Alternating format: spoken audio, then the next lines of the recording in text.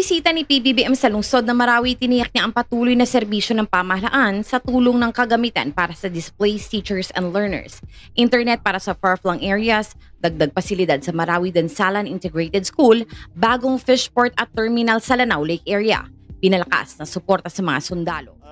Nandito ako, pinuntahan ko yung Marawi para tignan yung ginagawa nating rehabilitation para sa ng mga nasira na actually nasira lahat. Kaya inuna namin, pinuntahan natin yung mga eskwelahan kung nasan yung mga bata ngayon. Which is the temporary. Temporary lang yun, yung una natin pinuntahan. Temporary lang yun. Yung pangalawang pinuntahan natin, yun ang bago.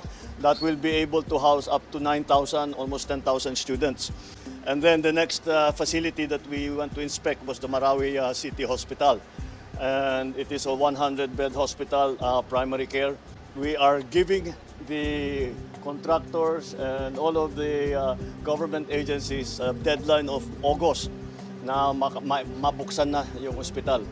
So I'm happy to see that we are at least making some progress after such a long time. Tuloy-tuloy na talaga ang pagbangon ng Marawi City. Matapos nga pakinggan ang mga personal at profesional na hinaing ng mga sundalong nakatalaga sa lungsod ng Marawi, nangako si Pangulong Ferdinand Marcos Jr. nitong Lunes na magsasagawa ng mga konkretong hakbang upang mapabuti ang kapakanan ng mga tropa at kanilang mga pamilya.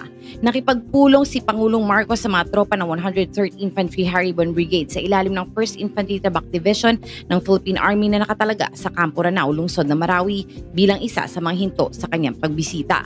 Sa kanyang Talk with the Troops, pinakinggan ng Pangulo ang mga patuloy na hamon na kinakaharap ng mga sundalo sa loob ng 42 hectares military camp, kabilang na ang kakulangan sa infrastructure, limited supplies ng kagamitan at kakulangan sa serbisyo na may epekto sa operasyon at kapakanan ng mga tauhan. Nangako si Pangulong Marcos na pag-aaralan ng mga pangmatagalang solusyon, kabilang na ang pagpapabuti ng health insurance, mga educational scholarships para sa mga anak ng mga sundalo at suporta sa pagbibigay ng mga trucks ng basura upang makatulong sa pagpapanatili ng kalinisan ng kampo. Tungkol naman sa kapakanan ng mga sundalo, kinilala rin ng Pangulo ang pangangailangang baguhin ang sistema ng pagbibigay ng karaniwang combat allowance na nadagdagan ng 150 pesos ngayong taon.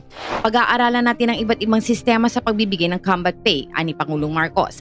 Isa sa mga hinaing ng mga sundalo ay ang kakulangan ng maayos na barracks at lugar ng pahingahan.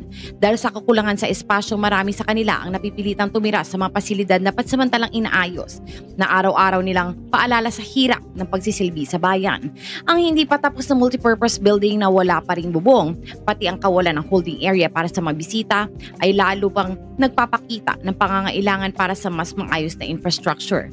Bukod pa rito, humiling ang mga tropa ng pagpapabuti sa kanilang kakayahang makipaglaban sa gabi, gaya ng pagbibigay ng night vision goggles at pagpapalakas ng intelligence surveillance